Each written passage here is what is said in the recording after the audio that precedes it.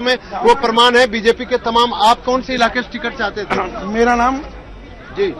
मेरा नाम अशोक कुमार लोहरा वाल्मीकि है, सुल्तानपुरी वार्ड नंबर 47 बी। मैं दिन में 2 बजे यहाँ आया था। मेरे को सोनपाल फौजी जाटव मिले और मेरे से बोले कि अशोक लोहरा वाल्मीकि तेरा टिकट मैंने कटवा दिया, अब मुझे टिकट मिल गया है और मैं 20 लाख रुपए कहीं दे आऊं और तुझे जिंदगी में जिंदगी में तुझे टिकट नहीं लेने दूंगा। उससे पहले मेरा विधानसभा का टिकट एक बार पहले हुआ था। देख सकते हैं ये बीजेपी के कार्यकर्ता हैं, तमाम इनके फोटो हैं, आप देख सकते हैं। जो समर्थक हैं उनके साथ यहाँ पर लोग पहुंचे हैं। अब अगला कदम क्या होगा आपका? अगले कदम की पहले तो मेरे साथ इंसाफ किया जाए। मुझे ये कहा गया कि मैं भारतीय जनता पार्टी का कार्यकर्ता ही नहीं हूँ। टोटल टीवी में ये दिखाया गया कि मैं भारतीय जनता पार्टी का कार्यकर्ता नहीं हूँ। मेरे वहाँ सर्वे कराओ मैं पार्टी का हूँ या नहीं हूँ। दूसरा, पार्टी के अंदर देखो मैं सभी पार्टी में है कि नहीं, ये तमाम प्रमाण जो है लेकर आए। काफी तादाद में जो लोग हैं यहाँ पर मौजूद हैं, जिनका टिकट कट गया है वो तमाम लोग यहाँ पर आए हैं। आप क्या चुनाव लड़ना चाहते थे आप लोग? नहीं जी, हमारे वार्ड का अभी क्लियर नहीं हुआ, चुनाव लड़ना चाहते हैं। बिल्कुल देख सकते हैं कि अभी भी जो लोग हैं वो इंतजार कर रहे हैं, क्योंकि अभी 160 उम्मीदवारों की सूची आई है।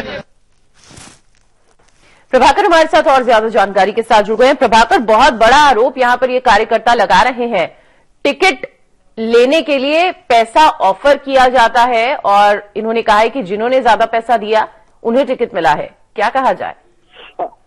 बिल्कुल, देखिए पार्टी के बड़े नेताओं से बातचीत हो रही थी तो उन्होंने कहा कि देखिए सबको टिकट दे नहीं सकते हैं और काफी दावेदार इस बार सामने आए थे बीजेपी में। और सबसे बड़ी बात है कि जो भी मौजूदा पार्षद है, क्योंकि 150 से ज्यादा मौजूदा पार्षद है और सभी का टिकट बीजेपी ने काट दिया है, तो काफी लोगों को उम्मीदें थी कि उनका नाम आएगा। लेकिन जो जिताऊ उम्मीदवार होते हैं, जिनके जीतने की क्षमता होती है, पार्टी कमेटी बनाती है और कमेटी फैसला करती है। तो पार्टी ने साफ तौर से, जो मनोज तिवारी बीजेपी के प्रदेश अध्यक्ष, उन्होंने कहा कि जो भी आरोप कार्यकर्ता लगा रहे हैं उसमें कहीं कोई दम नहीं, इनका टिकट कट गया है, वो इस तरह की बात। लेकिन यहाँ पर तो कुछ कार्यकर्ता ये भी कह रहे हैं कि उन लोगों को टिकट दे दिया गया है जो कि चुनाव हार कर आए हैं, 2 बार चुनाव हारे हैं, लेकिन फिर टिकट दे दिया गया क्योंकि पैसा ज्यादा दिया। बिल्कुल इस तरह के आरोप लगे। उसके बाद पार्टी ने इस पर खंडन भी जारी किया। लेकिन अब जो है, देखिए अभी भी क्योंकि 160 उम्मीदवारों की सूची आई है और आज नामांकन का आखिरी दिन है, 6 बजे तक जो पर्चा है, जो नामांकन है, वो एमसीडी चुनाव के लिए भरा जाएगा। और कांग्रेस ने अपनी सूची जारी कर दी है, आम आदमी पार्टी ने अपनी सूची जारी कर दी है और बीजेपी के ने एक ही सूची जारी की है। कहा जा रहा है कि कुछ देर में एक और सूची आएगी। दूसरी बड़ी बात है कि अब जिन लोगों का टिकट कट गया, क्या अब जो दूसरी सूची आ रही है उसमें उन लोगों का नाम सामने आता है या नहीं, ये देखना होगा।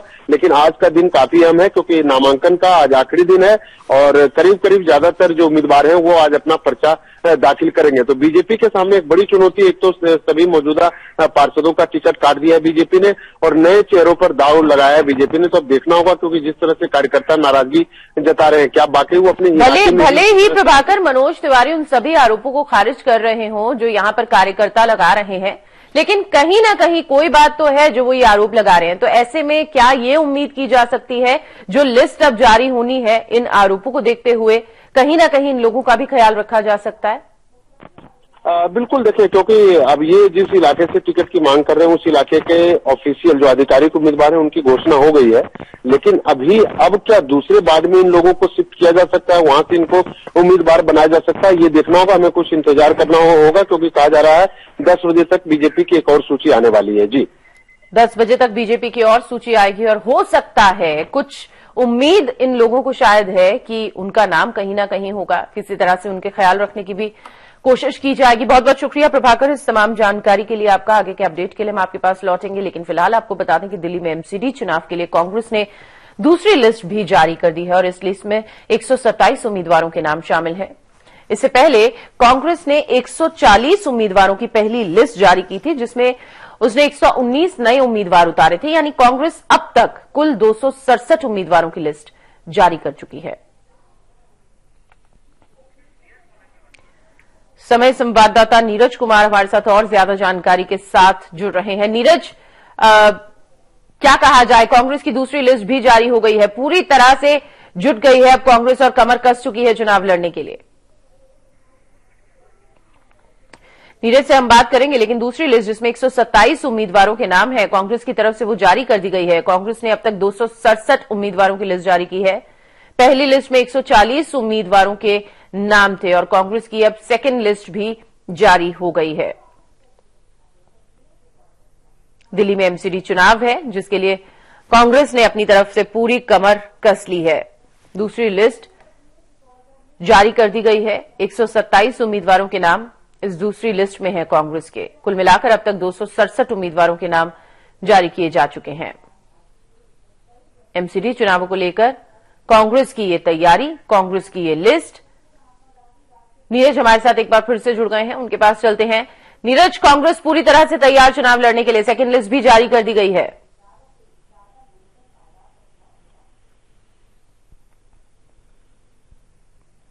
नीरज, आपको मेरी आवाज आ रही है? नीरज से हम आगे बात करेंगे, लेकिन फिलहाल एमसीडी चुनाव है। आपको बताना चाहेंगे कि मुख्य पार्टियां बीजेपी, कांग्रेस और आम आदमी पार्टी के बीच मुकाबला, और कांग्रेस इस वक्त ज्यादा एक्टिव दिखाई दे रही है। नीरज, आपको मेरी आवाज आ रही है? जी नीरज, पूरी तरह से कांग्रेस की तैयारी, सेकंड लिस्ट भी जारी कर दी गई है। और दूसरी सूची की कांग्रेस पार्टी की अंतिम सूची, और अब तक कुल 267 उम्मीदवारों की सूची कांग्रेस पार्टी ने जारी कर दी है। और सबसे खास बात यह है कि दोनों सूची में नए उम्मीदवारों का नाम ज्यादा है। नए चेहरे जो पहली बार चुनाव मैदान में उतरेंगे। पहली जो 140 की सूची थी उसमें 119 उम्मीदवार ऐसे तो जो पहली बार चुनाव मैदान में है। कुछ का टिकट कांग्रेस पार्टी ने रिपीट किया है, लेकिन ज्यादातर चेहरे नए लाए हैं, पार्टी के अंदर चुनाव मैदान में उतारे हैं ताकि नए चेहरे पर कांग्रेस पार्टी को वोट मिले। क्योंकि एमसीडी चुनाव में और दिल्ली में ही कांग्रेस पार्टी की स्थिति बहुत मजबूत नहीं मानी जा रही थी, लेकिन कांग्रेस पार्टी को इस बात की उम्मीद थी कि पिछले जो उपचुनाव हुए थे 11 सीटों पे, उसमें कांग्रेस पार्टी ने 5 सीटों पे सफलता हासिल की थी। और ऐसे में अब जबकि एमसीडी की सभी सीटों पे चुनाव हो रहा है तो कांग्रेस पार्टी को उम्मीद है कि नए चेहरों के दम पे कांग्रेस पार्टी इस बार आम आदमी पार्टी और बीजेपी को टक्कर देगी। और जो कल सूची जारी हुई है 127 उम्मीदवारों की, उसमें भी ज्यादा नए चेहरे, तो पार्टी को उम्मीद है कि नए जोश के आधार पे इस बार एमसीडी के मैदान में बीजेपी और कांग्रेस आम आदमी पार्टी को हराया जाए। तो नए जोश के आधार पर आम आदमी पार्टी और बीजेपी को हराने की कांग्रेस की एक कोशिश है, क्योंकि लिस्ट जहां तक देखी जाए 267 उम्मीदवारों की जहां लिस्ट जारी की गई है उसमें कई उम्मीदवार ऐसे हैं जो नए हैं। कईयों का टिकट जो है, कई उम्मीदवारों का रिपीट किया गया है, लेकिन ज्यादातर उम्मीदवारों का नाम नया है। दिल्ली में हालांकि स्थिति बहुत ज्यादा मजबूत नहीं है। बीजेपी अभी तक काबिज है, हालांकि उसे पटखनी देने के लिए, उसे पीछे छोड़ने के लिए आम आदमी पार्टी आगे चल रही है। लेकिन कहीं ना कहीं कांग्रेस की भी एक कोशिश है कि पीछे ना रहा जाए, और इसीलिए इस एक्सपेरिमेंट को इस तौर पर नीरज देखा जा सकता है। देखिए, बिल्कुल कांग्रेस पार्टी की तरफ से बहुत मेहनत किया गया है दिल्ली में हाल के वक्त में, चाहे वो प्रदेश अध्यक्ष हो या बाकी दूसरे नेताओं, मेहनत बहुत करी है कांग्रेस पार्टी के नेताओं ने। लेकिन देखना होगा कि क्या भारतीय जनता पार्टी की जिस तरह से हाल के वक्त चुनाव में, चाहे वो स्थानीय निकाय के चुनाव हो, विधानसभा के चुनाव हो, जिस तरह से भारतीय जनता पार्टी को सफलता मिली है, उसमें क्या दिल्ली में उसको रोक पाती है कि नहीं कांग्रेस। क्योंकि कांग्रेस पार्टी को इस बात की उम्मीद है कि दिल्ली में एंटी इनकम्बेंसी काम करेगा बीजेपी के खिलाफ, और आम आदमी पार्टी को लेकर नाराजगी है, इस बात की उम्मीद कांग्रेस पार्टी को है दिल्ली में। तो ऐसे में कांग्रेस पार्टी ने इसी आधार पर नए चेहरों को ज्यादा टिकट दिया है कि एंटी इनकम्बेंसी एक ज्यादा उनके खिलाफ ना हो। पुराने चेहरों से आप भले ही उम्मीदवार भी न रहे हो, लेकिन पुराने चेहरे पर भी बार बार अगर एक कॉन्स्टिट्यूएंसी में पुराने चेहरे को आप देते हैं तो लोगों का झुकाव उस तरफ नहीं होता। लेकिन नए चेहरे से कांग्रेस पार्टी ने दाव लगाया है इस बार कि आम आदमी पार्टी और बीजेपी को टक्कर कितनी सफल हो पाती है इस प्रयोग में कांग्रेस पार्टी, ये कुछ समय बाद पता चलेगा। नीरज, बहुत बहुत शुक्रिया इस तमाम जानकारी के लिए आपका। रुख यूपी का करें तो यूपी में प्रशासनिक अधिकारी क्या काम कर रहे हैं, कैसा काम कर रहे हैं और किस समय सीमा में अपने काम का निपटारा कर रहे हैं। यानी अब अधिकारियों को अपने कामों को मुख्यमंत्री के सामने बताना पड़ेगा। इसके लिए लगभग सभी विभागों के लिए अलग अलग तारीखें और समय भी तय कर दिया गया है, और इसकी शुरुआत आज यानी कि 3 अप्रैल से हो रही है, जब शिक्षा विभाग के अधिकारी अपने काम के बारे में सीएम को जानकारी देंगे, बताएंगे। इसी तरह 6 अप्रैल को औद्योगिक विकास, 7 को कृषि विभाग और 8 अप्रैल को लोक निर्माण विभाग के अधिकारी प्रेजेंटेशन देंगे। 10 अप्रैल को समाज कल्याण, 12 को सचिवालय प्रशासन, 13 को पंचायती राज, 15 को स्वास्थ्य विभाग और 18 अप्रैल को आबकारी और खनन विभाग प्रेजेंटेशन देंगे। 19 अप्रैल का दिन गृह सतर्कता विभाग के लिए और 20 अप्रैल का दिन संस्कृति विभाग के अधिकारियों के लिए होगा, जब वो अपने अपने विभागों के कामों के बारे में बताएंगे। हर विभाग को प्रेजेंटेशन के लिए 20 से 45 मिनट का समय दिया जाएगा।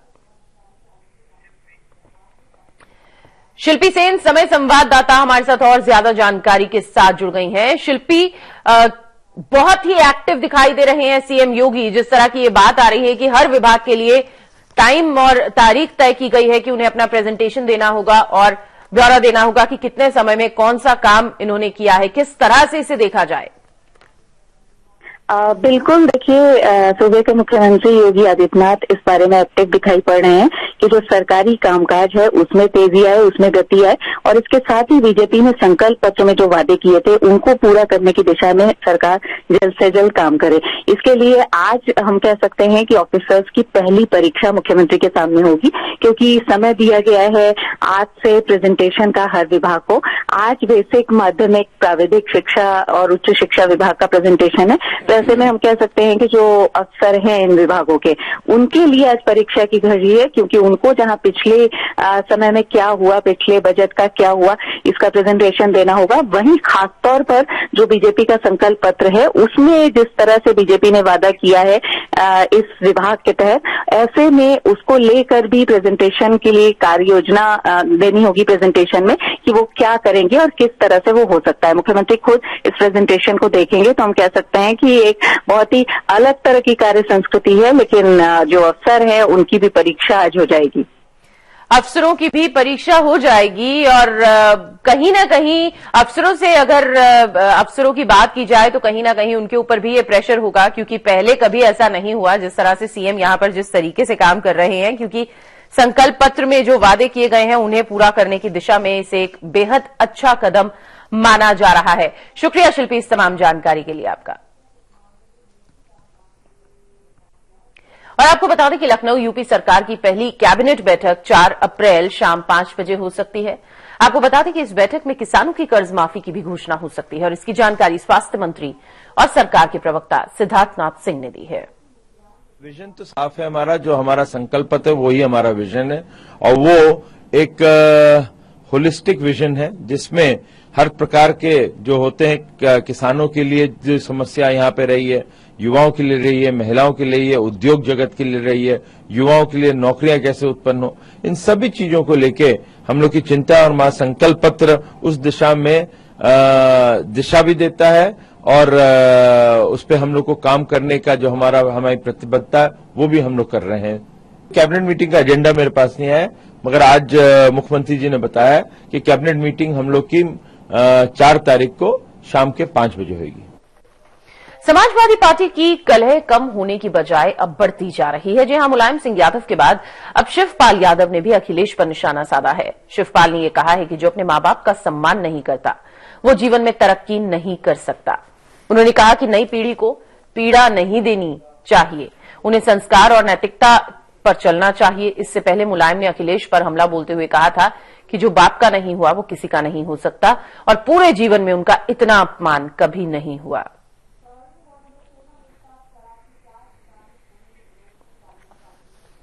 जीएसटी यानी गुड्स एंड सर्विसेज टैक्स के तहत अगर किसी ने 5 करोड़ रुपए से ज्यादा टैक्स चोरी की है तो ये नॉन बेलेबल ऑफेंस बन जाएगा और ऐसे मामलों में पुलिस बिना वारंट के ही गिरफ्तारी कर सकती है। सेंट्रल जीएसटी एक्ट में कहा गया है कि टैक्स चोरी, गलत इनपुट टैक्स क्रेडिट या फिर गलत रिफंड की रकम 5 करोड़ रुपए से ज्यादा है तो ये गैर जमानती जुर्म माना जाएगा। गौरतलब है कि सरकारी जीएसटी लागू करने के लिए 1 जुलाई की सीमा सरकार की तरफ से तय की गई है। जीएसटी से जुड़े 4 बिल हाल ही में लोकसभा से पास हुए हैं।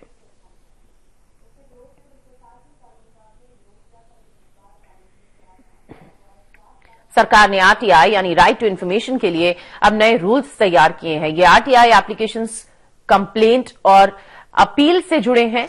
इन्हें department of personal and training यानी डीओपीटी की वेबसाइट पर अपलोड किया गया है। इसे लेकर 15 अप्रैल तक इन पर लोगों से राय मांगी गई है। कई आरटीआई एक्टिविस्ट इसे लेकर नाराज दिखाई दे रहे हैं।